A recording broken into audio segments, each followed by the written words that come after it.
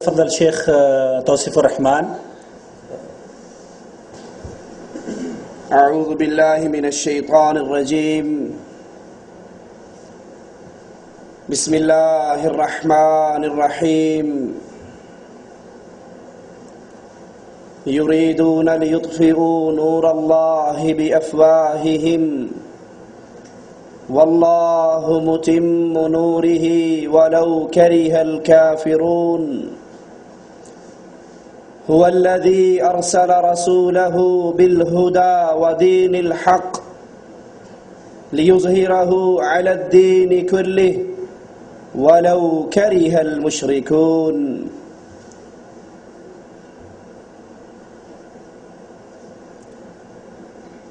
محمد رسول اللہ صلی اللہ علیہ وسلم اللہ عز و جل کی طرف سے بھیجے ہوئے آخری رسول، شریعت اسلامیہ آخری شریعت، اور یہ امت اسلام آخری امت ہے۔ مالک نے اس نبی کو بھیجا کیوں؟ اس شریعت کو اتارا کیوں؟ جس کو قرآن حکیم کی ان آیات میں اس کے مقصد کو مالک بیان فرماتا ہے۔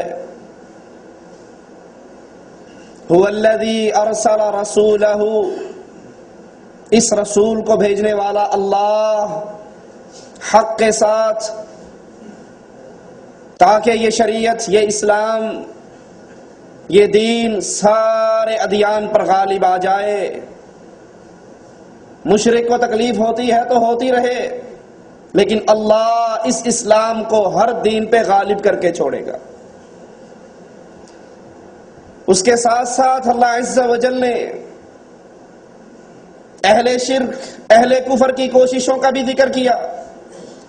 یریدون لیطفئوا نور اللہ بافواہہم، اسلام کو پھلتا پھولتا دیکھ کر ٹھنڈے پیٹ کبھی کافر برداشت نہیں کر سکتا، کبھی مشرک توحید کی پھیلتی ہوئی دعوت کو دیکھ کر آرام کی نیند نہیں سو سکتا۔ یہ ہمیشہ سے یہی چاہتے ہیں، اپنی پھونکوں سے توحید کے چراغ کو بجھا ڈالیں، یہ کوشش کرتے رہیں۔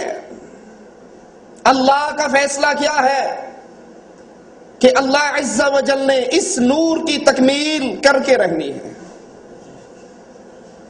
وَلَوْ كَرِهَ الْكَافِرُونَ، کافروں کو جتنا بھی دکھ ہو، ان کو جتنی بھی تکلیف ہو،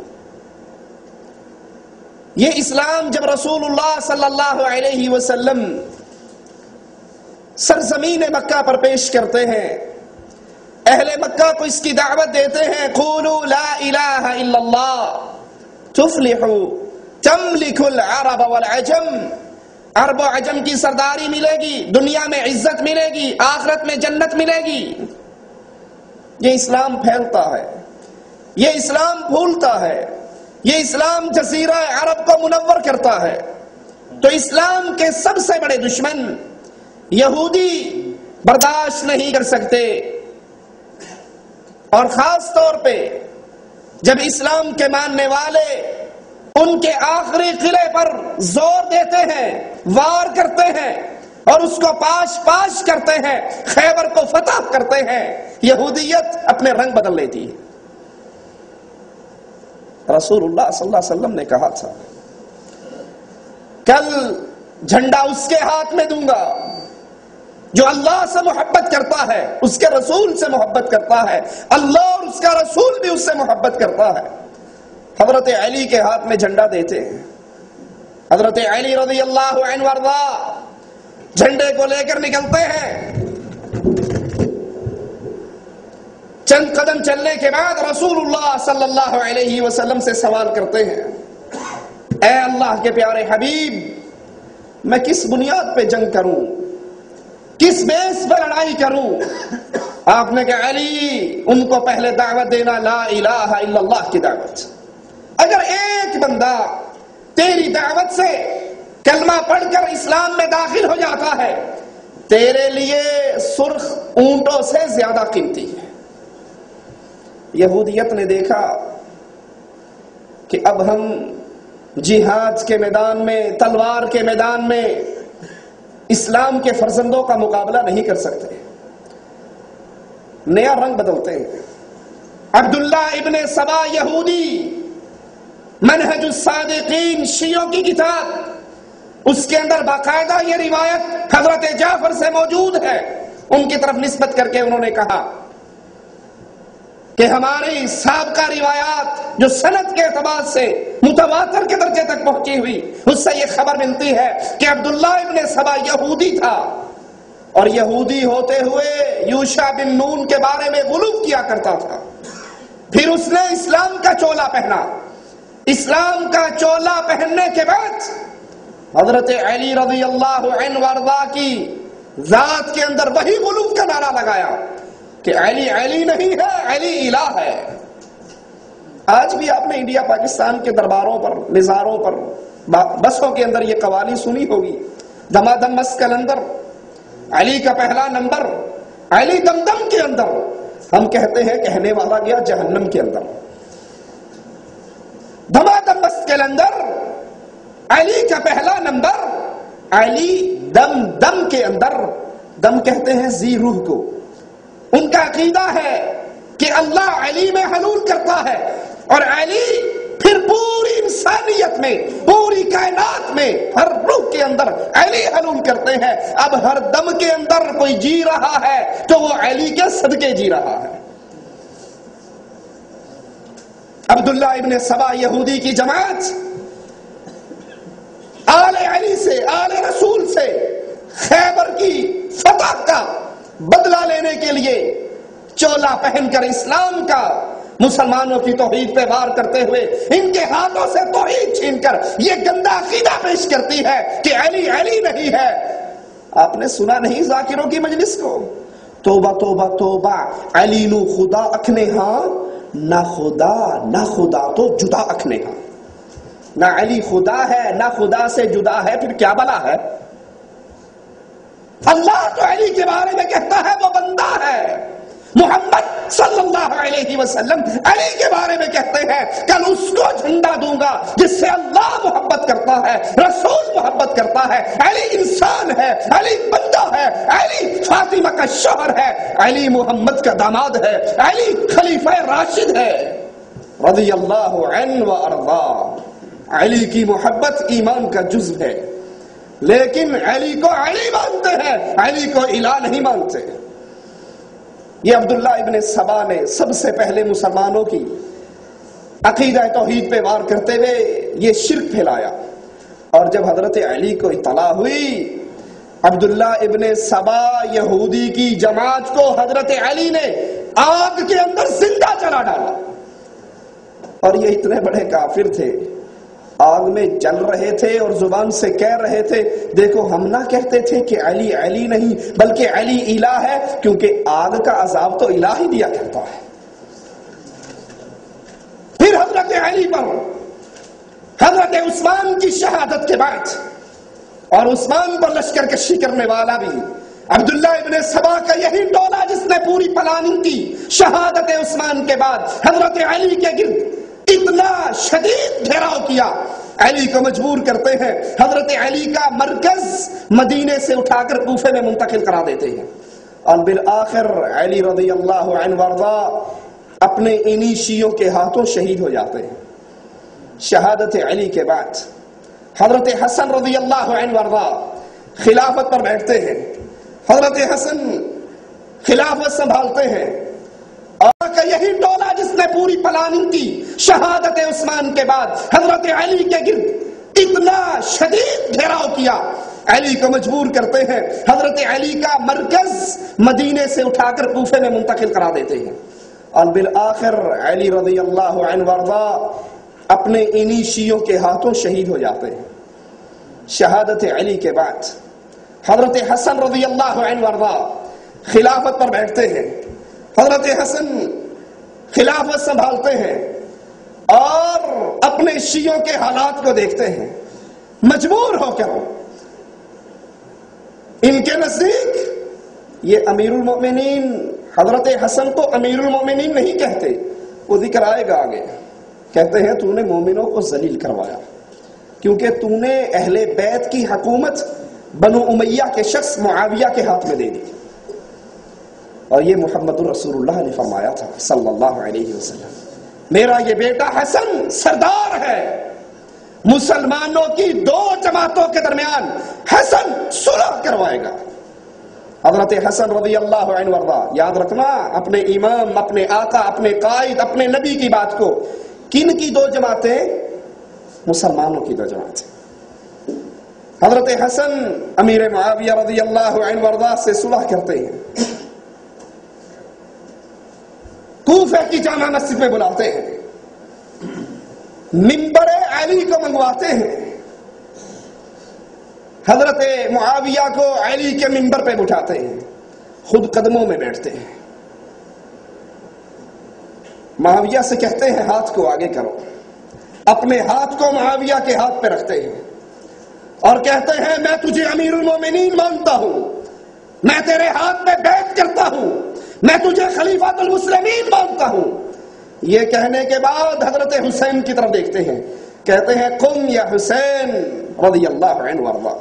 حسین کھڑے ہو, معاویہ کے ہاتھ میں ہاتھ دو, اس کو اپنا امیر مانو جس کو حسن نے امیر مانا, اس کو اپنا خلیفہ مانو جس کو حسن نے اپنا خلیفہ مانا. حضرت حسین رضی اللہ عنہ وارضا حضرت معاویہ کے ہاتھ پہ بیعت کرتے ہیں. حضرت حسن کی فوجوں کا کمانڈر ان چیف اس کو کہتے ہیں تو بھی کھڑا ہو اور امیر معاویہ کے ہاتھ پہ بیعت کر. اب آئیے ساتھ ساتھ آپ کے سامنے شیعہ کے عقائد ٹیلی کرتا جاؤں.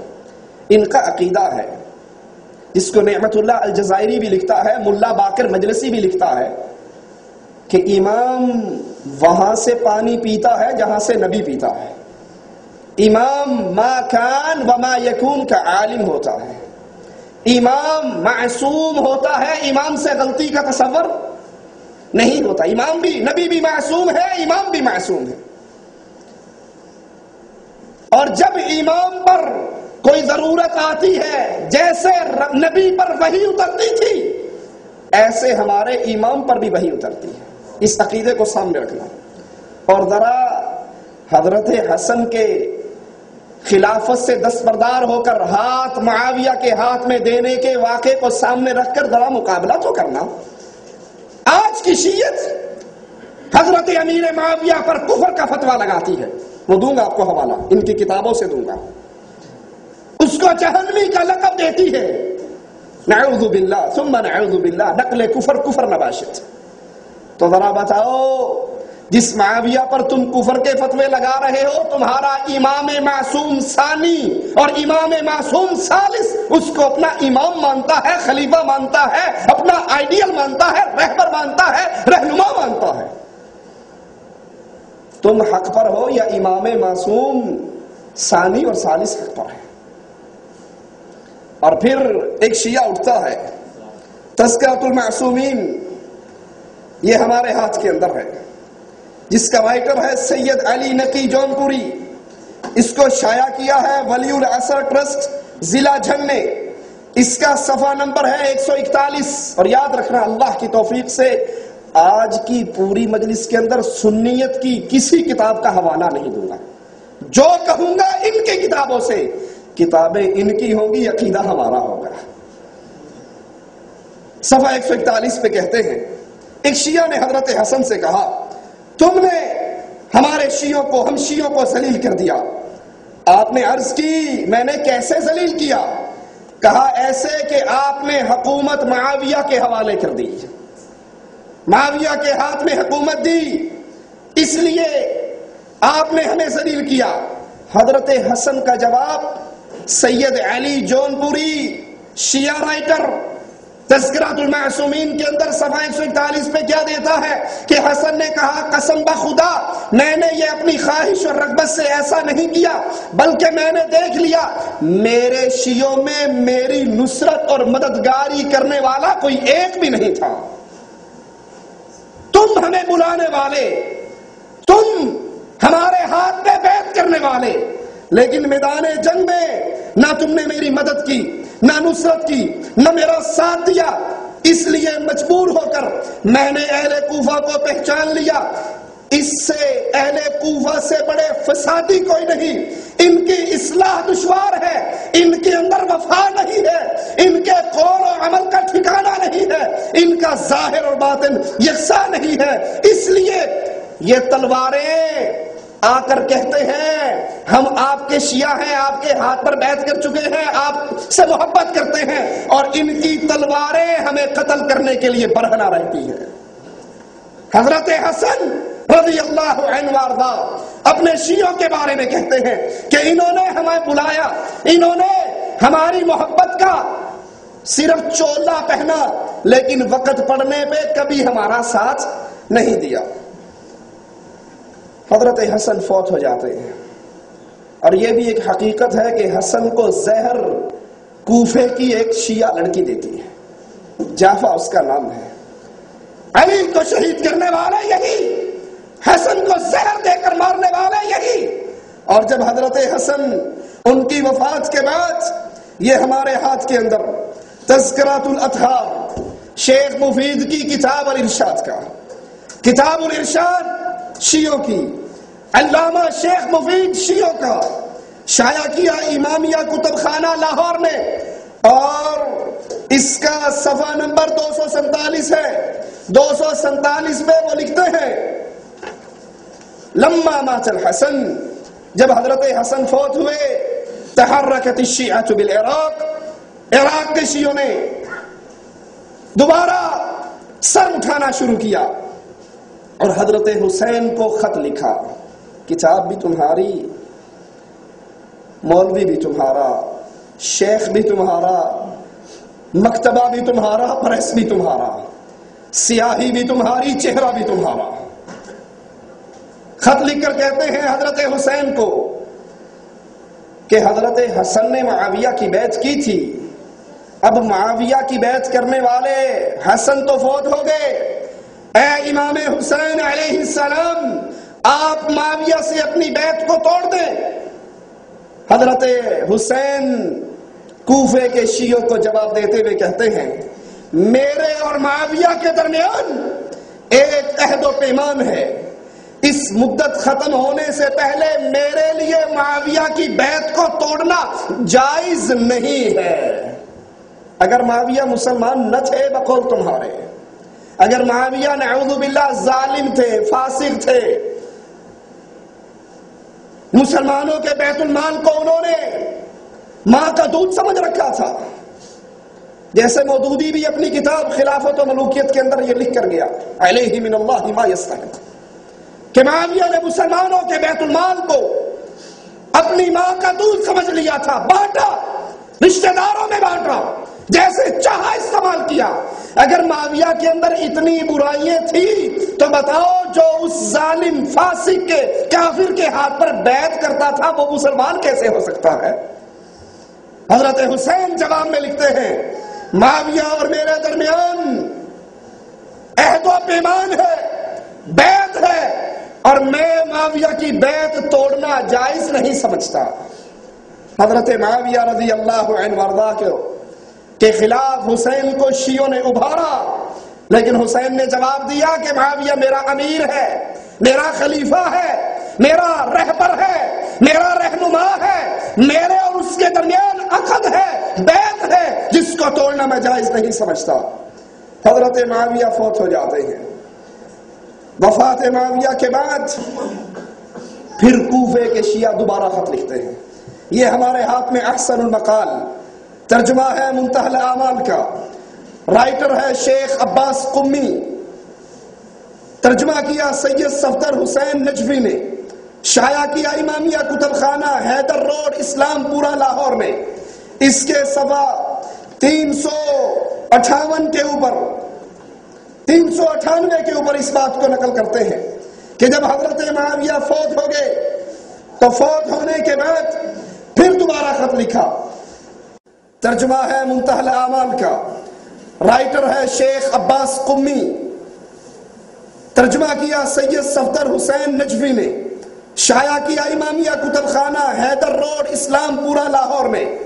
اس کے صفحہ 358 کے اوپر 398 کے اوپر اس بات کو نقل کرتے ہیں کہ جب حضرت معاویہ فوت ہو گئے تو فوت ہونے کے بعد پھر دوبارہ خط لکھا اور خط لکھ کر کہا اے امیر المومنین معاویہ تو فوت ہو چکے ہیں، اب خط آنے شروع ہو رہے ہیں، ایک ایک کا نام لے کر حضرت حسین ان خطوں کو اپنے پاس رکھتے ہیں کہ آپ نے معاویہ کی بیعت کی تھی، اب معاویہ فوت ہو چکا ہے،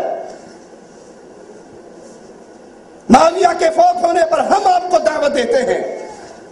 شیخ عباس قمی رائٹر ہے، احسن المقال کتاب کا نام ہے، امامیہ کتب خانہ اس کو چھاپتا ہے کہ ہم آپ کو دعوت دیتے ہیں کوفے میں تشریف لے آؤ، اور آپ نے یزید کی ولی عہدی کی جو بیعت کی تھی وہ توڑ دو۔ سوچئے ان ذاکروں کے قول کے مطابق نعوذ باللہ اگر یزید شرابی تھا، یزید زانی تھا، یزید پلید تھا، یزید کافر تھا، سنا نہیں آپ نے؟ آج کل کے ٹیلی ویژن کو کھول کے سنیے کیا کہتے ہیں، قتل حسین دراصل مرگ یزید ہے، اسلام زندہ ہوتا ہے ہر کربلا کے بعد، یزید ایسا تھا، یزید ویسا تھا۔ اگر یزید ایسا تھا تو حسین نے 10 سال تک اس یزید کی ولی عہدی کی بیعت کیوں کی تھی؟ امام معصوم تو غلطی نہیں کرتا، امام معصوم تو وہاں سے پیتا ہے جہاں سے نبی پیتے ہیں، امام معصوم پر تو فرشتہ نازل ہوتا ہے، تو اس امام معصوم نے زانی شرابی قاتل جواری کے ہاتھ پر بیعت کیوں کی؟ خطوط لکھتے ہیں۔ اور یہ تذکرۃ الاطہار کتاب الارشاد شیخ مفید کی، اس کا صفحہ نمبر 282 ہے، اس 282 پر بھی انہی خطوط کا ذکر شیخ مفید جو شیعوں کا شیخ ہے، کتاب بھی شیعوں کی، چھاپنے والے بھی بولو، کہ حضرت حسین کوفیوں سے مخاطب ہو کر کہتے ہیں میں تمہارے پاس اپنی مرضی سے نہیں آیا، تم نے مجھے خط بھیجے، تم نے مجھے خطوط لکھے، تم نے میرے پاس ایلچی بھیجے اور کہا کہ ہمارا کوئی امام نہیں، ہمارا کوئی رہنما نہیں، آپ آئیے اور آپ آ کر ہمارے خلیفہ بن جائیے۔ حضرت حسین اپنے ایک ساتھی عقبہ بن سمعان سے کہتے ہیں وہ 2 تھیلے لے کر آؤ جو کوفیوں کے خطوں سے بھرے ہوئے ہیں، اور ان کے خطوں کو ان کے سامنے کھول کر پڑھتے ہیں، کیا تم نے مجھے نہیں بلایا؟ کوفے کے شیعہ خطوط لکھتے ہیں، حضرت حسین حالات جاننے کے لیے مسلم بن عقیل کو روانہ کرتے ہیں۔ ایک ایک عقیدہ سامنے رکھیے اور مقابلہ کیجئے ہر عقیدے کا۔ میں نے آپ کو ملا باقر مجلسی کے حوالے سے شیعوں کا یہ عقیدہ سنایا کہ ہمارے امام کو علم غیب ہوتا ہے، ما کان و ما یکون، جو ہو گیا اس کا بھی پتا ہے اور جو ہونے والا ہے اس کا بھی پتا ہے۔ جس امام کو اتنا علم غیب ہے، بلکہ جعفر صادق کے نام ایک جھوٹ کی روایت بیان کرتے ہیں کہ انہوں نے کہا جو مردوں کی پشتوں میں ان کی اولاد ہے اور جو ماں کے پیٹوں میں ارحام کے اندر ان کی اولاد ہے، امام معصوم کو ان کا پورا علم ہوتا ہے۔ اب جس کو اتنا علم ہوتا ہے اس کو مسلم بن عقیل کو کوفہ روانہ کرنے کی کیا ضرورت پڑی تھی؟ جو عالم الغیب ہے، جس کے لیے فرشتہ نازل ہوتا ہے۔ اور ملا باقر مجلسی لکھتا ہے کہ فرشتہ بھی کیسا، اعظم من جبرائیل، وہ فرشتہ مقام اور مرتبے میں جبرائیل سے زیادہ بڑا ہوتا ہے جو ہمارے امام پہ وحی لے کر آتا ہے۔ تو مسلم بن عقیل کو حالات دیکھنے کے لیے حسین کیوں بھیج رہے؟ تمہارا عقیدہ، تمہاری کتاب کہ مسلم بن عقیل کو حضرت حسین نے بھیجا۔ کتاب الارشاد شیخ مفید کی صفحہ نمبر 262 پر لکھتے ہیں مسلم بن عقیل کوفے میں پہنچے حضرت حسین کے سفیر بن کے۔ اب آئیے ذرا سنیے، سنی تاریخ سے نہیں، سنی کتاب سے نہیں، انہی کی کتاب سے، انہی کا مذہب اور ان کا سلوک حسین سے پہلے سفیر حسین کے ساتھ کیا ہے۔ صفحہ 262 ہے۔ مسلم بن عقیل کو کوفے کے لیے روانہ ہوتے ہیں، پہنچتے ہیں، 30,000 کوفی 1,00,000 تلواریں لا کر مسلم بن عقیل کے قدموں میں رکھ دیتے ہیں۔ لیکن آپ نے سنا ہے نا کوفی لا یوفی، ٹھنڈی ہوا کوفے سے کبھی چلی نہیں، اسلام کے لیے خیر کی خبر کبھی کوفے سے نہیں آئی، کوفے سے ہمیشہ تیر کھا کے دیکھا جو کمی گاہ کی طرف اپنے ہی دوستوں سے ملاقات ہوئی۔ اسلام پر وار کرنے والے یہ کوفی مسلم بن عقیل پہنچتے ہیں، 30,000 کوفیوں کا مجمع سامنے ہے اور حسین کے لیے مرنے کٹنے کا عہد و پیمان کر رہے ہیں، قسمیں اٹھا رہے ہیں۔ اور جب شام ہوتی ہے، شیخ مفید خود لکھتا ہے، شام ہوتی ہے، مغرب کی نماز پڑھانے کے لیے مسلم بن عقیل مصلی پہ چڑھتے ہیں۔ ابن زیاد آ کر کہتا ہے، کتنے بندے لے کر؟ 10 بندے، مقابلہ کتنے سے ہے؟ 30,000 پہ۔ ابن زیاد آ کر کہتا ہے، جو اپنی بیوی کو بیوہ کروانا چاہتا ہے وہ یہاں باقی رہے، جو بچوں کو یتیم کروانا چاہتا ہے وہ باقی رہے۔ اب 30,000 کا مجمع اپنے اپنے پیاروں کو کھینچ کے لے جاتا ہے، ماں آتی ہے اپنے بیٹوں کو لے جاتی ہے، بیوی آتی ہے اپنے خامند کے پاؤں میں دوپٹہ ڈالتی ہے اسے لے جاتی ہے، باپ آتا ہے اپنے جوانوں کو کھینچ کے لے جاتا ہے۔ شیخ مفید لکھتے ہیں، کتاب الارشاد ہے کہ جب مغرب کی نماز پڑھانے کے لیے مسلم بن عقیل مصلی پہ چڑھے، 30,000 میں سے 30 بندے رہ گئے تھے، 30,000 میں سے 30 بندے رہ گئے تھے، سبحان اللہ۔ اور پھر مغرب کی نماز پڑھائی، آپ کے ساتھ صرف 30 آدمی مسجد میں تھے۔ جب انہوں نے دیکھا کہ ابھی شام ہوئی ہے اور صرف یہی اشخاص باقی رہ گئے تو مسجد سے قبیلہ کندہ کے دروازوں کی طرف نکلے، ابھی ان دروازوں تک نہیں پہنچے تھے کہ صرف 10 بندے باقی رہ گئے۔ پھر ایک دروازے پر پہنچے، کوئی راستہ بتانے والا بھی ساتھ نہ تھا۔ حسین کو مارنے سے پہلے ان ظالموں نے حسین کے سفیر کو مارا۔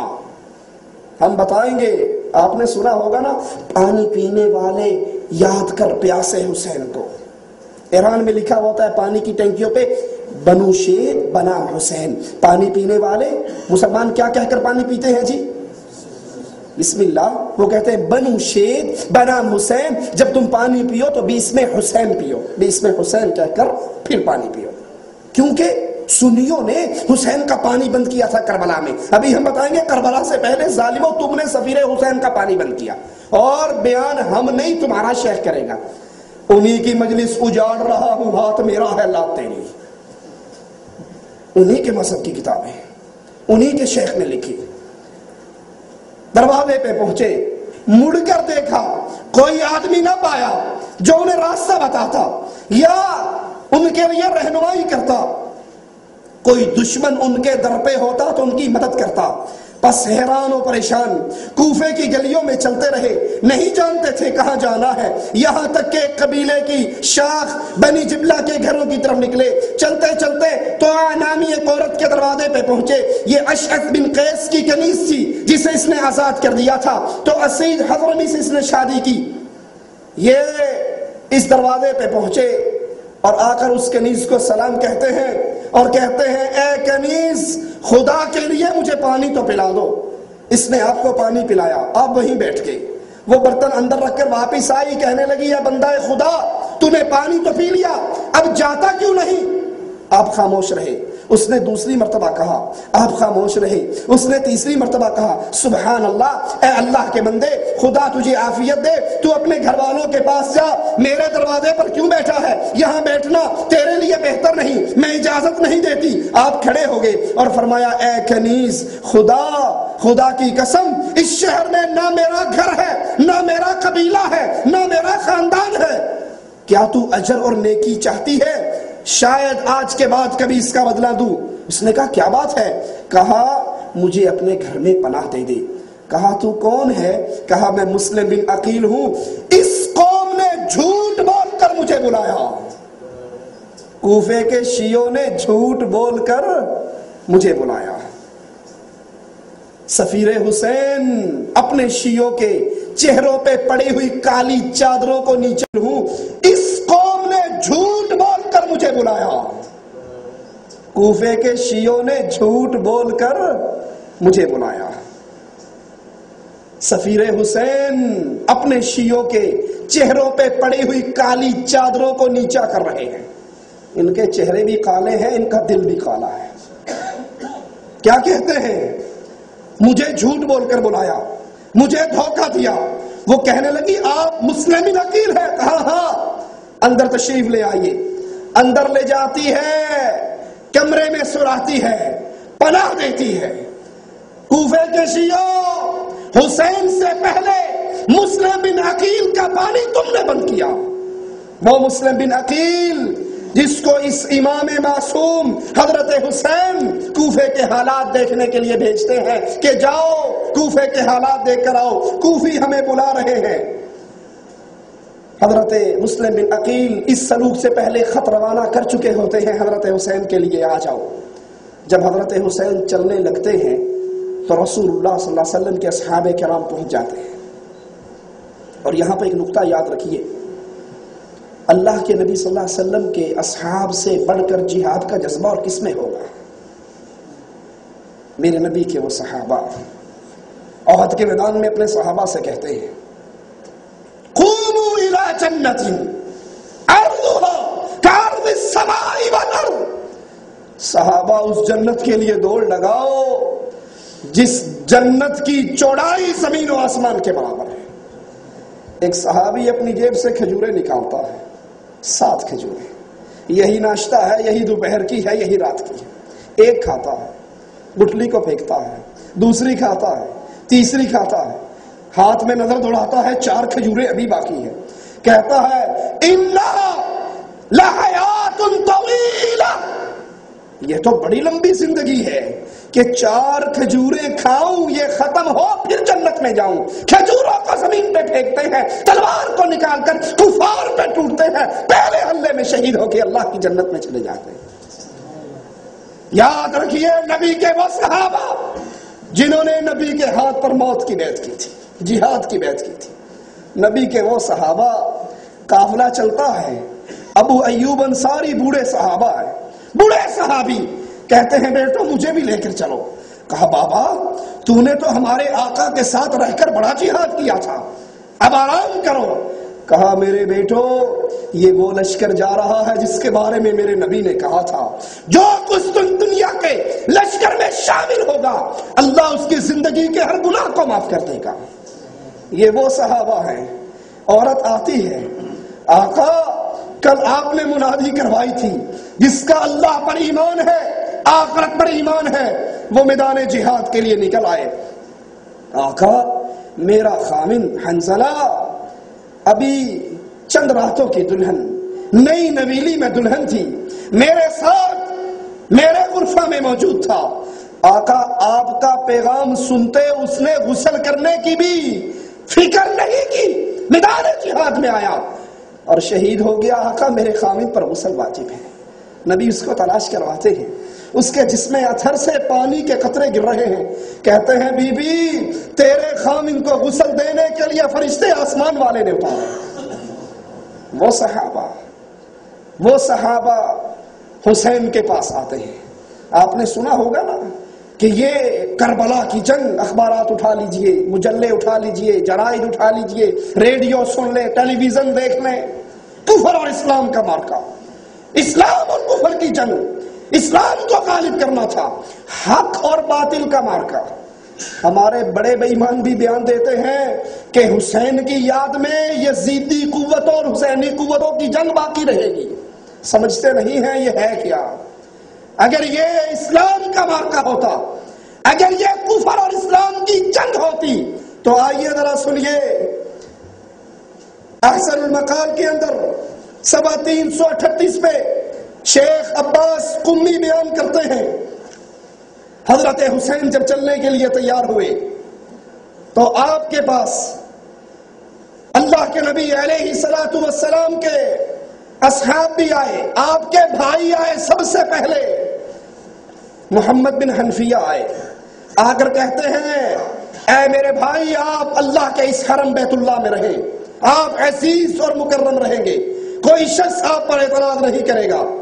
اور اگر آپ یہ نہیں چاہتے علی کے بیٹے حسین کے بھائی محمد بن حنفیہ کہتے ہیں پھر آپ یمن چلے جاؤ یا بادیہ نشینی اختیار کر لو، کوئی آپ کو کچھ نہیں کہے گا۔ حضرت نے فرمایا اس سلسلے میں سوچیں گے۔ صبح ہوئی، حضرت مکے سے روانہ ہونے لگے۔ جب یہ خبر محمد کو پہنچی، اگر یہ جہاد ہوتا تو علی کے بیٹے، شیر خدا کے بیٹے جہاد سے روکتے؟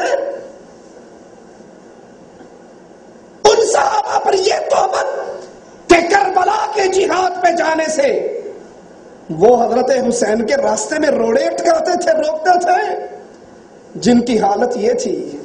عبد الرحمن ابن عوف کہتے ہیں بدر کے میدان میں دائیں طرف جھانکتا ہوں، معصوم بچے کو پاتا ہوں، بائیں طرف دیکھتا ہوں، معصوم بچے کو پاتا ہوں۔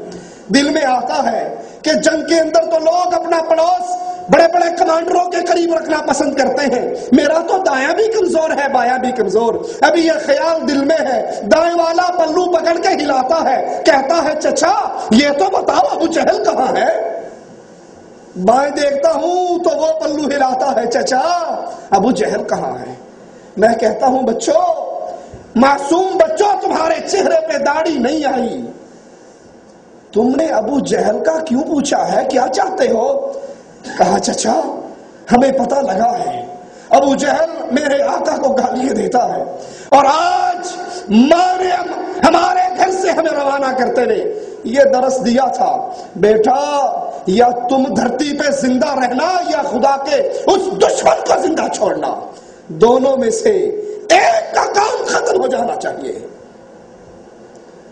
ابو جہل کو اترتا ہوا دیکھتا ہوں، ہاتھ سے اشارہ کرتا ہوں بھتیجو وہ اللہ کا دشمن، رسول اللہ کا دشمن آ رہا ہے۔ کہا بچے ایسے نکلتے ہیں جیسے کمان میں سے تیر نکلا کرتا ہے، اور دوڑتے ہوئے قتل کرنے کے بعد رسول اللہ کے پاس آتے ہیں، تلواریں دونوں کی خون سے بھری ہوئی ہیں، کہتے ہیں اللہ کے نبی آپ کے دشمن کو میں نے مارا ہے، وہ کہتا ہے آپ کے دشمن کو میں نے مارا ہے۔ ان کے بارے میں ظالموں کہتے ہو کہ کربلا کا مارکا اگر یہ جہاد تھا، اگر یہ کفر اور اسلام کی جنگ تھی، حق اور باطل کی لڑائی تھی، تو نبی کے ان صحابہ نے اللہ کے رسول صلی اللہ علیہ وسلم کے نواسے کو روکا؟ حضرت محمد حسین کے بھائی کہتے ہیں اور اونٹنی کی مہار پکڑتے ہیں، کہتے ہیں بھائی آپ نے مجھ سے وعدہ کیا تھا کہ آپ نہیں جائیں گے۔ روایات معتبرہ کے مطابق عبداللہ ابن عباس، سنی تاریخ نہیں، سنیوں کی کتاب نہیں، شیخ عباس قمی احسن المقال منتہی الاعمال کا ترجمہ ہے، کہتے ہیں عبداللہ ابن عباس آئے، عبداللہ ابن زبیر آئے، عبداللہ ابن عمر آئے، اور حضرت حسین کو کوفے جانے سے منع کیا۔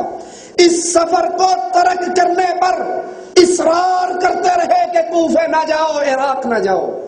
اگر حسین کا یہ سفر کفر اور اسلام کے مارکے کا جہاد ہوتا، مارکا ہوتا، نبی کے صحابہ آپ کو جہاد سے روکتے نہ بلکہ آپ کے ساتھ چلتے ہیں۔ یہ تو سازش تھی عبداللہ ابن سبا کی پارٹی کی، یہ تو سازش تھی ان شیعوں کی جنہوں نے علی کو مارا، حسن کو مارا، پھر حسین کو مارنے کی پلاننگ کی۔ نہ جائیے، اور آپ ہر ایک کے بات کو ٹھکرا کر انہیں الوداع کر کے لپٹ کے چل پڑے۔ عبداللہ ابن عباس نے حضرت حسین کے اس عزم کو دیکھا تو انہوں نے مکے میں قیام کرنے اور عراق کا سفر چھوڑنے پر بہت تاکید کی، اور کچھ اہل کوفہ کی مذمت بھی کی۔ جادو وہ جو سر چڑھ کے بولے، کتاب بھی تیری، مولوی بھی تیرا، شیخ بھی تیرا، مکتبہ بھی تیرا، سیاہی بھی تیری، چھاپنے والا بھی تو۔ شیخ قمی عباس قمی کہتا ہے کہ عبداللہ ابن عباس نے کہا یہ وہی لوگ ہیں جنہوں نے تیرے باپ کو شہید کیا اور تیرے بھائی کو زخمی کیا، اور مجھے تو یوں معلوم ہوتا ہے کہ آپ سے بھی یہ کوفے کے شیعہ مکر و فریب کر رہے ہیں اور آپ کی مدد سے دستبردار ہو جائیں گے، آپ کو تنہا چھوڑ دیں گے۔ فرمایا یہ ان کے خطوط ہیں جو میرے پاس ہیں، اور یہ مسلم کا خط ہے جس نے لکھا ہے اہل کوفہ میری بیعت پر متفق ہو گئے ہیں۔ ابن عباس کہنے لگے اگر آپ کی یہی رائے ہے، اس سفر پہ آپ نے جانا ہی ہے، سنیے ذرا اگلے جملوں کو، تو اپنی اولاد اور اپنی خواتین کو یہی رہنے دیں، ساتھ نہ لے جائیں، اور اس دن کو یاد کریں جس دن عثمان کو قتل کیا گیا، اس کی عورتیں اور اس کے گھر والے اس کو اپنی آنکھوں کے سامنے قتل ہوتے دیکھتی رہے، اور اپنی خواتین کو یہی رہنے دیں، ساتھ نہ لے جائیں۔ اور اس دن کو یاد کریں جس دن عثمان کو قتل کیا گیا، اس کی عورتیں اور اس کے گھر والے اس کو اپنی آنکھوں کے سامنے قتل ہوتے دیکھتی رہی، کچھ نہ کر سکی۔ حسین میں ڈرتا ہوں کہیں تو بھی جائے گا، تیرے اہل بیت بھی ساتھ ہوں گے، کوفے کے شیعہ تجھے ماریں گے، تیری عورتیں تیرے کٹے ہوئے لاشے کو دیکھیں گی۔ کہتے ہیں حسین نے ابن عباس کی نصیحت کو قبول نہ کیا، اپنے ساتھیوں کو لے کر چلے گئے۔ اور سنیے یہی کتاب شیخ عباس قمی کی، کہتے ہیں جب کربلا میں آپ پہنچے، آپ کی شہادت کا دن آیا، آپ نے اپنی خواتین اور بہنوں کی طرف دیکھا جو پریشانی کی حالت میں خیموں سے باہر آ رہی تھی اور شہیدوں کو دیکھ رہی تھی، اور فوراً کہنے لگے حضرت حسین ابن عباس پر اللہ رحم کرے۔ ابن عباس کی بات یاد آئی کہ اللہ اس کا بھلا کرے، اس نے مجھے اسی لیے روکا تھا کہ مجھے میری خواتین کے سامنے قتل کر دیا جائے گا۔ حضرت حسین رضی اللہ عنہ وارضاہ کو ایک ایک صحابی نے روکا۔ یہ تذکرۃ الاطہار ہمارے ہاتھ میں ہے، اس کا صفحہ 275 ہے۔ 275 پہ کہتے ہیں عبداللہ بن جعفر نے اپنے 2 بیٹوں کو خط دے کر روانہ کیا، جس میں لکھا میں آپ کو اللہ کا واسطہ دے کر سوال کرتا ہوں، آپ نہ جائیے، میرا خط آپ کو ملے تو واپس آ جائیں، مجھے خوف ہے جس طرف آپ جا رہے ہیں آپ اور آپ کے اہل بیت کو ہلاک کر دیا جائے گا۔ کتاب بھی شیخ مفید کی، مولوی بھی تیرا، صفحہ 275۔ اور عبداللہ خود عمر بن سعید کے پاس گئے اور ان سے سوال کیا حضرت حسین کے نام امان نامہ لکھ دو۔ انہوں نے حضرت حسین کے نام امان لکھ کر دے دی، اور یہ خود عبداللہ بن جعفر اپنے بیٹوں کو بھیجنے کے بعد آ کر آپ سے ملے اور اصرار کیا کہ نہ جاؤ۔ صفحہ 277 اسی کتاب کا۔ کہتے ہیں حضرت حسین حاجز سے کوفہ کی طرف چلے، عرب کے ایک چشمے پر پہنچے، عبداللہ بن مطیع سے ملاقات ہوئی۔ جب اس نے امام حسین کو دیکھا، آپ کے پاس آیا اور کہنے لگا میرے ماں باپ آپ پر قربان جائیں، اے فرزند رسول آپ کو کیا چیز ادھر لے آئی؟ سبحان اللہ، وہ عراق سے آ رہا تھا، عراق کے حالات دیکھ کر آ رہا تھا، اور پھر حسین سے پوچھتا ہے آپ کو کیا چیز یہاں لے آئی؟ وہ اندھا تھا، اس کو نہیں پتا تھا توحید شرک میں بدل گئی، سنت بدعت میں بدل گئی، زنا یزید نے عام کر دیا، شراب یزید نے عام کر دی، مسجدوں کے اندر گھوڑے بندنے شروع ہو گئے۔ جو ذاکر کہانی سناتے ہیں، اللہ کی قسم دنیا کے جھوٹوں میں سے بہت بڑا جھوٹ کربلا کی یہ کہانی ہے۔ اگر یہ سارا کچھ ہوا ہوتا، یزید نے اسلام کا رنگ یوں بدلا ہوتا، شہادت حسین پر 250 صحابہ زندہ موجود تھے، وہ اس کفر و شرک و بدعت کے طوفان کو ٹھنڈے پیٹوں برداشت کر لیتے؟ پوچھتا ہے نواسہ رسول، فرزند رسول آپ کو کیا چیز لے کر آئی؟ اس کو اپنے گھر ٹھہراتا ہے۔ آپ نے فرمایا معاویہ کے مرنے کی خبر تو تجھ تک پہنچ چکی ہے، اہل عراق نے مجھے خطوط لکھے ہیں اور دعوت دی ہے کہ آپ میرے پاس آ جائیں۔ کوئی سبب ذکر نہیں کفر اور شرک کا، کوئی سبب نہیں حرام کاری اور بدکاری کا، زنا اور شراب کا نہیں۔ کوفیوں نے خط لکھ کر مجھے بلایا ہے، تو یہ کہتے ہیں آپ ایسا نہ کریں، کوفے کی طرف نہ جائیں۔ وہ کوفے سے آ رہا تھا، کوفے کے حالات کو دیکھ رہا تھا۔ پھر مسلم بن عقیل کا خط آپ کو مل جاتا ہے، ان کی شہادت کی اطلاع بھی آپ کو ہو جاتی ہے۔ حضرت حسین اپنا یہ سفر شروع کرتے ہیں۔ یہاں پہ ایک نقطہ اور سمجھیے، حضرت حسین رضی اللہ عنہ وارضاہ کا یہ سفر تمام شیعہ کتابوں کے مطابق آغاز کرتے ہیں 8 ذی الحجہ کو۔ مسلمان 8 ذی الحجہ کو کہاں جاتے ہیں جی؟ مینا میں جمع ہوتے ہیں. اگر یہ معرکہ کربلا کفر اور اسلام کی جنگ ہوتی، اگر حسین نانا کا دین بچانے کے لیے نکلتے، ایک عام سی عقل سوچتی ہے تو حضرت حسین کو کیا کرنا چاہیے تھا؟ حج کرتے، عرفہ کے اندر خطاب کرتے اور تمام مسلمان کو کہتے کہ نانا کا دین برباد ہو گیا، میرے بابا کا دین برباد ہو گیا، توحید بدل گئی، سنت بدل گئی، شراب عام ہو گئی، زنا عام ہو گئی، مسجدوں کی بے حرمتی ہونے لگی، پردہ ختم ہو گیا.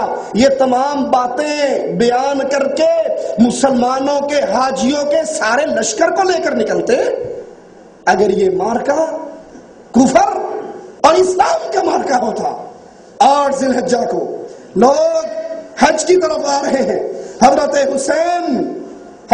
حسین تذکرۃ الاطہار کتاب الارشاد شیخ مفید کی اور صفحہ نمبر اس کا 273 ہے. 273 پہ لکھتے ہیں کہ امام حسین مکہ سے عراق کی طرف اسی دن روانہ ہوئے، 8 ذی الحجہ کے دن. لوگ بیت اللہ کی طرف آ رہے تھے، حج کی طرف آ رہے تھے، اور حضرت حسین 8 ذی الحجہ کو کوفے کی طرف روانہ ہو رہے تھے. دوسرا حوالہ احسن المقال کا صفحہ 391 کے اوپر اسی بات کو نقل کرتے ہیں، سفر حج کے نام دے کر، ٹائٹل دے کر، کہ حضرت حسین خط لکھتے ہیں. یہ خط ہے حسین بن علی کا اپنے بھائیوں مومنین اور مسلمین کی طرف. مجھے مسلم بن عقیل کا خط مل گیا ہے جس میں تحریر ہے، تم لوگ ہماری نصرت کرنے، ہمارے دشمنوں سے ہمارا حق لینے میں متفق ہو گئے ہو، اور میں مکہ معظمہ سے منگل کے دن 8 ذی الحجہ کو تمہاری طرف آ رہا ہوں. بات سمجھ آتی ہے؟ جس طرح ہمیں سنایا جاتا ہے، اگر یہ مارکا کفر اور اسلام کا مارکا ہوتا، اس مارکے کے بعد اسلام زندہ ہوتا، اسلام زندہ ہوتا ہے ہر کربلا کے بعد، تو پھر حضرت حسین رضی اللہ عنہ وارضا حج کرتے، حاجیوں کے مجمع سے خطاب کرتے اور پوری جماعت کو لے کر نکلتے. یہ تو کوفیوں کی سازش تھی. حضرت حسین رضی اللہ عنہ وارضا کو ان کے ساتھ وہی سلوک کرنے کے لیے جو علی اور حسن کے ساتھ ہو چکا تھا. آئیے تذکرۃ الاطہار صفحہ 282 سے ایک اور بات سمجھیے، اور اس سے پہلے شریعت کے اس مسئلے کو اپنے سامنے رکھیے. جب مجاہد کفار کے سامنے کھڑا ہو جائے، مارکہ جہاد برپا ہو جائے، اب یہاں سے اگر کوئی پشت موڑ کے بھاگے گا تو کیا مقام ہے اس کا؟ وہ اللہ کا غضب لے کر آئے گا، وہ اللہ کا غضب لے کر لوٹے گا. جو میدان جنگ سے فرار ہو، جو میدان جہاد سے بھاگے، جو کفار کے ساتھ آمنا سامنا ہونے کے بعد بھاگے، وہ جنت لے کر نہیں آ رہا، رب کا عذاب لے کر آ رہا ہے. کیا خیال ہے مسلمانوں؟ اپنے ایمان اور غیرت اور حب آل رسول کو تھوڑا سا جگا کر یہ تو سوچو، کیا میدان جہاد سے نواسہ رسول واپس آئیں گے؟ کیا میدان جہاد سے علی کا بیٹا بھاگے گا جس کی بہادری کی تم جو مثال پیش کرتے ہو؟ اجی تم نہیں سمجھتے ہمارے شیخ شیر خدا مشکل کشا حضرت علی کو؟ حضرت علی جب مرحب سے مقابلہ کرنے کے لیے نکلے، ان کے پاس تلوار تھی، انہوں نے مرحب کے سر پہ تلوار ماری، مرحب کا سر کٹ گیا. سر کٹتے ہوئے تلوار چلی، پہلی زمین کو کاٹ گئی، دوسری زمین کو کاٹ گئی، تیسری زمین کو کاٹ گئی، چوتھی زمین کو کاٹ گئی، پانچویں زمین کٹ گئی، چھٹی کٹ گئی. اب ڈر ہوا کہیں یہ چلتی چلتی مشکل کشا کی تلوار بیل کے اس سینگ کو نہ کاٹ دے جس نے ایک سینگ پہ ساری زمین اٹھائی ہوئی ہے. جب تھک کے سینگ بدلتا ہے تو زلزلہ آ جاتا ہے. اللہ نے جبرائیل کو بھیجا، مشکل کشا کی تلوار چل رہی ہے، جبرائیل جاؤ اس کے نیچے پر بچھاؤ. جبرائیل بھی زبان حال سے کہتا ہوگا رب مروان واسطے میں ہی رہ گیا. اب اتنی لمبی تلوار جس نے 6 زمینوں کو کاٹا، تم نے اپنے اس کو امام باڑے میں رکھا ہوا تھا. یہ تلوار پڑی کہاں تھی؟ اتنی طاقت والے علی، اتنی قوت والے علی، اتنی قوت والے. ایک شیعہ مفسر لکھتا ہے ایک دن علی عمر اور ابو بکر سے ناراض ہو گئے، درہ اٹھایا اور زمین پہ مارا، مدینے میں زلزلہ آ گیا، ایک درہ پڑنے سے زمین پہ زلزلہ آ گیا۔ ابو بکر کے پاس دوڑتے ہوئے عمر آئے، کہا کیا ہوا، زلزلہ کیوں آیا؟ کہا علی ناراض ہے۔ بھاگے بھاگے گئے، علی مدینہ الرسول برباد ہو جائے گا، اللہ کے لیے اس زلزلے کو روکو۔ علی نے دوبارہ درہ مارا، زمین پہ سکون آ گیا۔ اذا زلزلت الارض زلزالها، علی ناراض ہے، بھاگے بھاگے گئے، علی مدینہ الرسول برباد ہو جائے گا، اللہ کے لیے اس زلزلے کو روکو۔ علی نے دوبارہ درہ مارا، زمین پہ سکون آ گیا۔ اذا زلزلت الارض زلزالها، یہ تفسیر ہے ماشاءاللہ۔ جس علی کی قوت کا تم یہ اندازہ بیان کرتے ہو کہ مرہم سامنے آیا، علی کے ہاتھ میں ڈھال نہیں تھی، سامنے خیبر کے قلعے کا دروازہ تھا، حضرت علی نے ہاتھ مارا، دروازے کو اپنے سامنے کر لیا۔ اس علی کا فرزند کافروں سے آمنے سامنے ہونے کے بعد اگر کربلا کی لڑائی کفر اور اسلام کا مارکا ہے، پھر فرار کیوں ہونے کی باتیں کرتے ہیں؟ اور یاد رکھنا، جو جہاد سے فرار ہوتا ہے وہ اللہ کی رحمت لے کر نہیں آتا۔ دلیل کیا ہے؟ یہ صفحہ 282 شیخ مفید کی کتاب الارشاد، کہتے ہیں حضرت حسین کوفیوں کے سامنے آئے، ردا اوڑے ہوئے، جوتا پہنے ہوئے باہر آئے، اللہ کی حمد و ثنا کی، پھر فرمایا اے لوگو، میں تمہارے پاس اس وقت تک نہیں آیا جب تک تمہارے خطوط، تمہارے قاصد میرے پاس نہیں پہنچے کہ ہمارے پاس آئیں، بے شک ہمارا امام اور پیشوا نہیں، شاید خدا آپ کے ذریعے ہمیں ہدایت اور حق میں جمع کر دے۔ اگر تم اس وعدے پر قائم ہو، میں آ گیا ہوں، عہد و میثاق کو اس طرح پورا کرو، میں مطمئن ہو جاؤں، اور اگر تم یہ نہیں کرتے، تمہیں میرا آنا پسند نہیں، تو میں تم سے اسی جگہ واپس چلا جاتا ہوں جہاں سے تمہارے پاس آیا تھا۔ ان کوفیوں نے حسین کو بلا کر غداری کی، اور اس غداری کا ذکر حضرت حسین یوں کرتے ہیں، تم نے مجھے خطوط لکھ کر، ایلچی بھیج کر، قاصد بھیج کر بلایا، اب اگر میری مدد کرنے کا پروگرام تمہارا بدل گیا ہے تو میں وہاں لوٹ جاتا ہوں جہاں سے آیا تھا۔ میدان جنگ جہاد جب شروع ہو جائے، مجاہد لوٹا نہیں کرتے۔ خالد بن ولید رضی اللہ عنہ وارضہ، چند ہزار صحابہ، 1.5 لاکھ رومیوں سے مقابلہ، پشتوں سے پشتے ملا کر مقابلہ کیا، سورج غروب ہوا، 70,000 لاشیں کفار کی گری، صبح کو کافروں کو سامنے آنے کی جرت، اور یہاں تو اگر تم اس کو جہاد مانتے ہو، مارکہ حق اور باطل مانتے ہو، حسین خود کہتے ہیں تم نے مجھے بلایا، اور اگر تم اب میری مدد نہیں کرتے تو میں واپس لوٹ جاتا ہوں جہاں سے میں آیا تھا۔ یہی قصہ حضرت حسین اسی کتاب کا شیخ مفید 298 صفحے پر نقل کرتا ہے، اور احسن المقال کے 398 صفحے پر نقل کرتا ہے۔ یہ جہاد ہوتا تو حسین واپسی کی باتیں نہ کرتے۔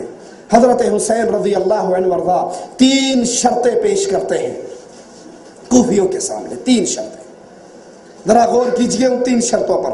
احسن المقال صفحہ 405 حضرت حسین کی یہ شرطیں۔ حضرت حسین کہتے ہیں عمر بن سعد کو پیغام بھیج کر کہ میں آپ سے ملنا چاہتا ہوں، رات کے اندر ملاقات ہوتی ہے۔ حضرت حسین کو وہ قائل کر لیتے ہیں، پھر حضرت حسین کی 3 شرطیں لکھتے ہیں کہ جناب اے امیر، اللہ نے ہمارے حسین کے نزا کی آگ کو خاموش کر دیا، امت کے معاملے کی اصلاح ہوگی، حسین نے مجھ سے عہد کیا ہے کہ وہ اس طرف پلٹ جائیں گے جہاں سے آئے ہیں، پہلی شرط مجھے وہاں جانے دو جہاں سے میں آیا ہوں۔ دوسری شرط مجھے کسی اسلامی بارڈر پر رہنے دو جہاں میں کفار سے جنگ اور جہاد کرتا رہوں۔ یزید کو کافر کہنے والوں، معاویہ کو کافر کہنے والوں، تمہارا امام معصوم ثالث ان کو کافر نہیں مانتا، کہتا ہے کہ مجھے وہاں جانے دو جہاں کافروں سے ٹکر ہو، میں بارڈر پر رہوں گا، اسلامی سرحد پر رہوں گا، اور وہاں رہ کر میں اپنی زندگی گزار لوں گا۔ اچھائی اور برائی میں میرا حکم ایک عام مسلمان جیسا ہوگا۔ یہ بھی نہیں مانتے، میں یزید کے پاس چلا جاتا ہوں، کتاب تمہاری ہے۔ احسن المقال صفحہ 405۔ اور دیکھیے لکھتے کیا ہے کہ میں امیر یزید کے پاس چلا جاتا ہوں، میں اس کے ہاتھ پر ہاتھ رکھ دیتا ہوں، بیعت کرتا ہوں یزید کی، اور پھر جو یزید چاہے گا وہ میرے معاملے کے اندر فیصلہ کر لے گا۔ 3 شرطیں حضرت حسین رضی اللہ عنہ وارضا پیش کرتے ہیں۔ یہی 3 شرطیں تذکرۃ المعصومین سید علی نقی کی صفحہ 153 کے اوپر بیان کرتے ہوئے کہتے ہیں، لا حول ولا قوت۔ حضرت حسین نے ابن سعد کو کہا رات کی تنہائی میں تجھ سے ملنا چاہتا ہوں، اور یہاں پر یہ دلیل ہے حضرت حسین کا اپنے موقف سے رجوع کر لینا اور یزید کے ہاتھ میں ہاتھ دے دینے کا۔ انہوں نے رجوع کر لیا خروج سے، اپنا ہاتھ یزید کے ہاتھ میں دیتے ہوئے 3 شرطیں پیش کی کہ اگر چاہو میں مدینے میں واپس چلا جاؤں، اگر چاہو کسی اور بستی میں سب مسلمانوں کی طرح محکوم فرما بردار ہو کر رہوں، اور اگر یہ بھی نہیں تم چاہتے تو پھر میں خود امیر المؤمنین یزید کے پاس چلا جاتا ہوں، جس طرح وہ چاہے گا میرے معاملے کے اندر فیصلہ کر لے گا۔ حضرت یزید کے ہاتھ میں اپنا ہاتھ دے دوں گا۔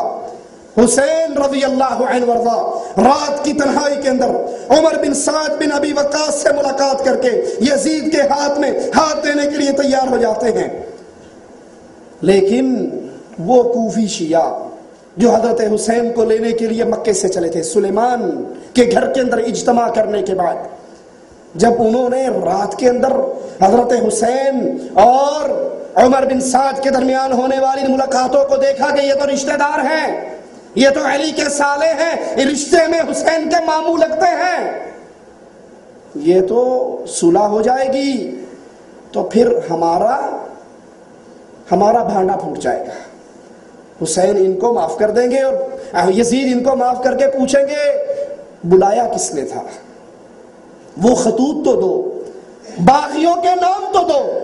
ان کوفے کے شیعوں نے جب حضرت حسین کا یہ موقف سنا کہ وہ یزید کے ہاتھ میں ہاتھ دینے کے لیے تیار ہو گئے، تو پھر وہ کوفی شیعہ جو حسین کو لینے کے لیے مکے سے 50 شیعہ ساتھ چلے تھے، انہوں نے حضرت حسین پر حملہ کر کے حضرت حسین کو شہید کیا۔ آپ نے اکثر ذاکروں سے سنا ہوگا خیموں میں آگ لگی ہوئی تھی، وہ خیموں کی آگ اس لیے لگائی گئی تھی کہ وہ 2 بوریے خطوط کی جلا دی جائے، جس میں ہم نے خط لکھ کر حسین کو بھیجے تھے کہ اگر وہ بوریاں بچ گئی تو تمام باغیوں کو سولی پہ چڑھا دیا جائے گا۔ یہ ہے قصہ اس واقعے کا۔ تم نے حسین کو بلایا رضی اللہ عنہ وارضا، تم نے اس کے سفیر کا پانی بند کیا، تم نے اس کے سفیر پہ بیعت کر کے پھر اس بیعت کو توڑا، اور پھر شہادت حسین کے اصل ذمہ دار تم ہو۔ دلیل اس کی تذکرۃ الاطہار صفحہ 314 پر جب یہ خانوادہ چلتا ہے، خانوادہ حسین نکلتا ہے، کوفہ کی گلیوں میں پہنچتا ہے، سنیے کہتے ہیں عبداللہ بن ربیعہ کی روایت ہے، میں یزید بن معاویہ کے پاس دمشق میں موجود تھا، وہاں پر زہر بن قیس نے آ کر یزید کے پاس کہا، یزید نے اسے کہا تیرے لیے ویل اور بربادی ہو، تیرے پیچھے کی کیا خبر ہے؟ کہا امیر المومنین آپ کو بشارت ہو اللہ کی فتح اور نصرت کی، حسین بن علی اپنے اہل بیت میں سے 18 اور اپنے شیعوں میں سے 60 افراد کے ساتھ وارد ہوئے، بس ہم ان کی طرف بڑھے اور انہوں نے ہمیں اپنے حوالے کرنے سے انکار کیا، ہم نے جنگ کی تیاری کی، اور بالآخر جنگ کرنے کے بعد سنیے ذرا 314 صفحہ شیخ مفید کتاب الارشاد کہتا کیا ہے کہ ہم نے ان سے مقابلہ لڑا اور یہ کربلا کی جنگ ختم ہوئی صرف اتنی دیر کے اندر جتنا کسی اونٹ کو نہر کرنے میں دیر لگتی ہے۔ آپ نے قصے سنے ہوں گے، اتنے دن پانی بند رہا، اتنے دن پانی بند رہا، یہ ظلم ہوا، یہ ستم ہوا، اور شیخ مفید خود لکھتا ہے کہ چند گھڑیوں کا یہ معاملہ اور ختم ہو گیا، چند گھڑیوں میں یہ کارروائی اور معاملہ ختم ہو گیا۔ مقابلہ کرتے ہو شہادت حسین کا، شہادت عثمان سے، عثمان رضی اللہ عنہ وارضا اپنے دن کے اپنے گھر کے اندر بند ہوئے، 40 دن تک بند رہے، پیاسے رہے، اور ابو ہریرہ تلوار لے کر آئے، کہا عثمان تیرے نبی کے صحابی ابھی زندہ ہیں مدینے کے اندر، تو اجازت تو دے ان باغیوں کی گردنیں ہم کاٹ کے رکھ دیں۔ عثمان رضی اللہ عنہ وارضا کہنے لگے ابو ہریرہ میں اپنی جان کے لیے مدینہ الرسول میں خون خرابہ ہونا برداشت نہیں کرتا، یہ شہادت عثمان ہے، لوگ مرنے کے لیے تیار ہیں، کٹنے کے کہنے لگے ابو ہریرہ میں اپنی جان کے لیے مدینہ الرسول میں خون خرابہ ہونا برداشت نہیں کرتا، یہ شہادت عثمان ہے، لوگ مرنے کے لیے تیار ہیں، کٹنے کے لیے تیار ہیں، اور عثمان کہتے ہیں لڑنا ہے تو رب کے لیے لڑو، میرے لیے نہ لڑو۔ چھت پہ چڑھتے ہیں، باغیوں سے مخاطب ہوتے ہیں، پوچھتے ہیں یہ کنواں تمہیں کس نے لے کر دیا تھا؟ کہا عثمان تو نے لے کر دیا تھا۔ کہا آج اسی کنویں کا پانی مجھے نہیں پینے دیتے، یہ مسجد رسول کی زمین کس نے لے کر دی تھی؟ کہا تو نے لے کر دی تھی۔ کہا اسی مسجد میں مجھے نماز نہیں پڑھنے دیتے۔ اللہ اکبر۔ باغی چھلانگ مار کے اندر آتے ہیں، حضرت نائلہ کہتی ہے عثمان ظالم تیرے گھر کی حدود کو بھی پامال کر چکے ہیں۔ جواب میں کہتے ہیں نائلہ آخری لمحات کے اندر میری نگاہوں کو رب کے قرآن سے دور نہ کر۔ رب سوال کرے گا عثمان آخری وقت کیا کر رہا تھا؟ میں کہوں گا اللہ تیرے قرآن کی تلاوت کر رہا تھا، ظالم میری گردن کاٹ رہے تھے۔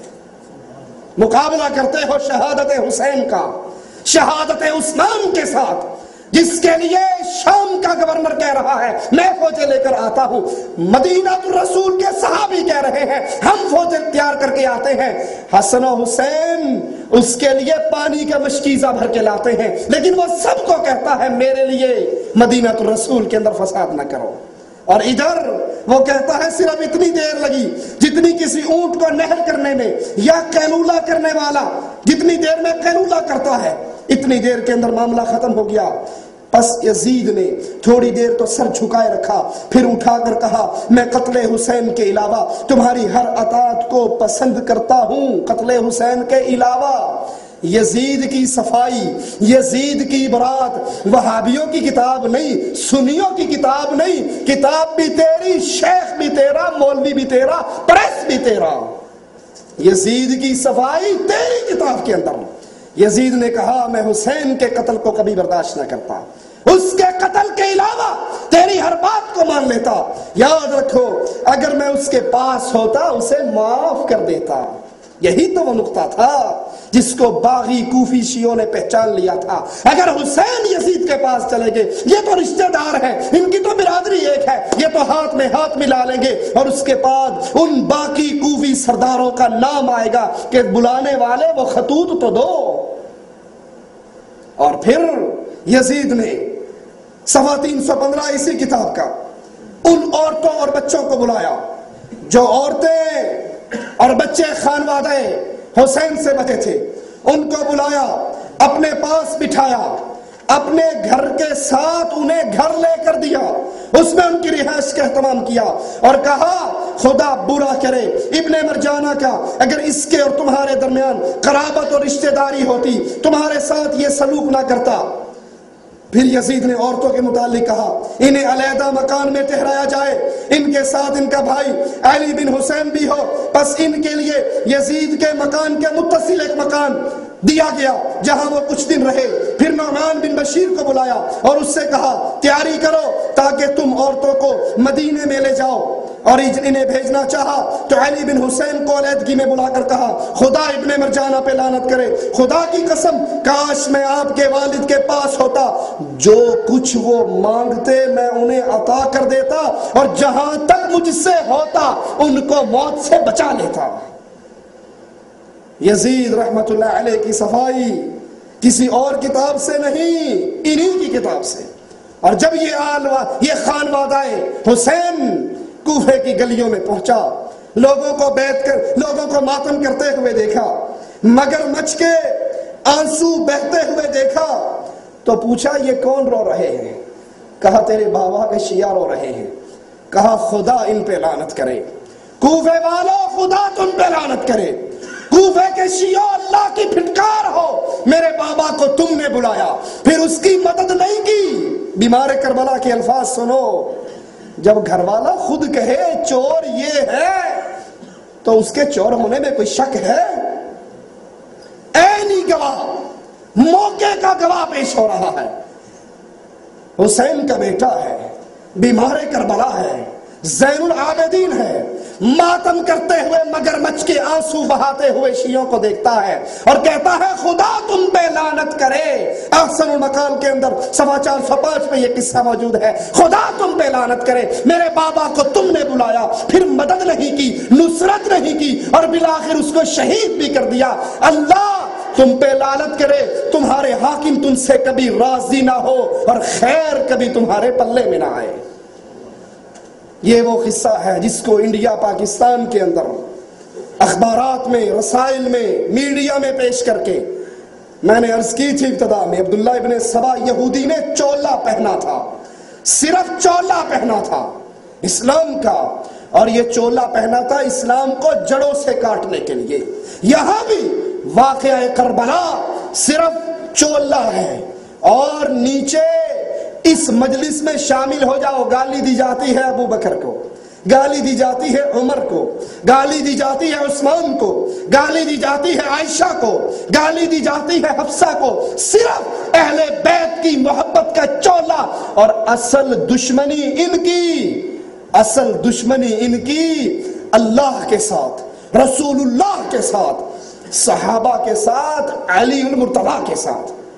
کوئی کہے گا مولانا صاحب یہ کیا کہہ رہے ہو، شیعہ تو علی سے محبت کرتے ہیں اور آپ کہتے ہو یہ شیعہ علی کے دشمن ہیں۔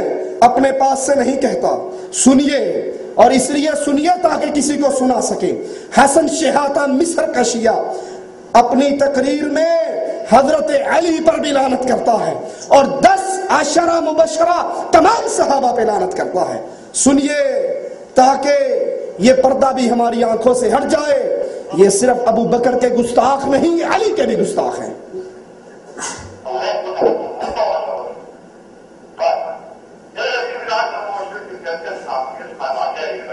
یہ شیطان کہتا ہے کہ یہ جو حدیث ہے کہ 10 صحابہ جنت میں ہوں گے، یہ عجائب بات ہے، یہ جھوٹ کا پلندہ ہے، ذرا سنو یہ کتنا بڑا جھوٹ ہے، اللہ اس پر لعنت کرے۔ ایک ایک صحابی کا نام لے کر اس پہ لعنت کرتا ہے، ابو بکر پر، عمر پر، عثمان پر، سعید پر، سعد پر، اور پھر آخر میں 10 کے 10 پر کرتا ہے اور ان 10 کے اندر علی شامل ہے۔ اللہ ان پر لعنت کرے، ساروں پر اور 10 پر۔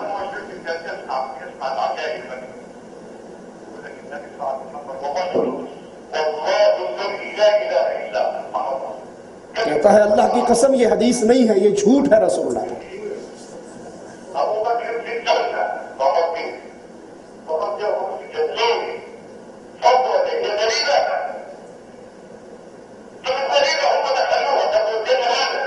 کہتا ہے جنت ان کے باپ کی جاگیر ہے جس میں انہوں نے ابو بکر کو داخل کر دیا ہے۔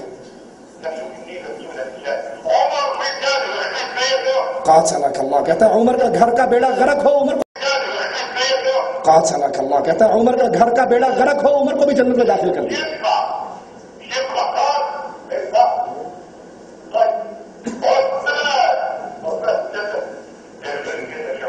عثمان تیرا گھر برباد ہو تو بھی جنت میں جائے گا، یہ شیطان کہہ رہا ہے۔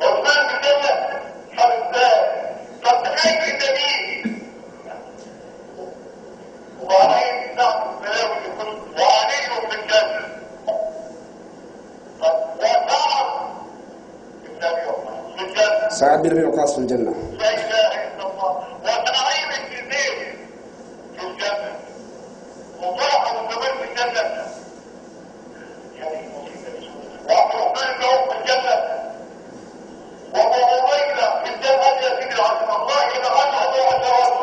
اللہ ان پر لعنت کرے اور ان سب پر لعنت کرے۔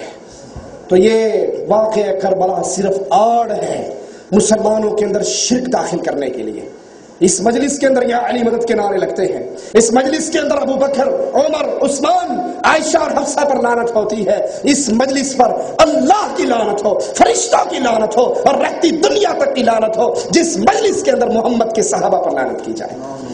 یہ پردہ ہے، یہ آڑ ہے، اس آڑ کے نیچے، اس جھنڈے اور ٹائٹل کے نیچے اسلام کی جڑوں کو کاٹا جاتا ہے۔ کیوں کہ اگر قوم، عام انسان ابو بکر، عمر، عثمان کے بارے میں شک میں پڑ جائیں گے کہ یہ مسلمان نہیں تھے جیسے کہ ان کی کتابوں کے اندر موجود ہے، ارتد الناس بعد النبی، نبی کے بعد سارے مرتد ہو گئے الا اربع، سوائے 4 کے، مقداد بچا، ابو ذر بچا، سلمان بچا، ان کے علاوہ کوئی بھی نہ بچا۔ علی کہاں گئے؟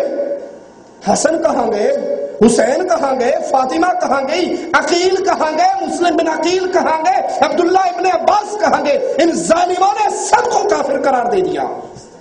یہ آڑ ہے کربلا کا قصہ، اور اصل میں تیر مارے جاتے ہیں رب کی توحید پر، رسول اللہ صلی اللہ علیہ وسلم کی توہین پر، اور رسول اللہ صلی اللہ علیہ وسلم کے اصحاب کرام کو گالیاں دیتے ہیں۔ اللہ ہمیں باطل کو پہچان کر اس سے برات کرنے کی توفیق عطا فرمائے۔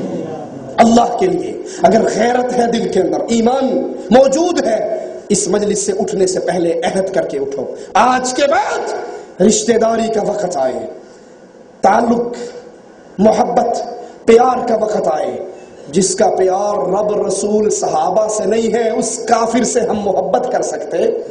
بیٹی کا ہاتھ دیتے ہوئے رک کر سوچو کس کے ساتھ بھی آ رہے ہو، اس کے ساتھ جو یا علی مدد کہتا ہے، اس کے ساتھ جو یا رسول اللہ مدد کہتا ہے، اس کے ساتھ جو نعوذ باللہ رسول کے صحابہ کو مرتد کہتا ہے، اس کے ساتھ اپنی بیٹی کا نکاح اس لیے کرتے ہو یہ انجینئر ہے، یہ ڈاکٹر ہے، یہ بڑی اچھی پوسٹ پہ ہے، اس مسلمان بچی کو گھر میں بٹھا کر بوڑھی کر کے مار لو، کسی کافر اور مشرک کے ہاتھ میں اس کا ہاتھ نہ دو۔ اقول قولی ھذا واستغفر اللہ لی ولکم ولسائر المسلمین فاستغفروه انه هو الغفور الرحیم۔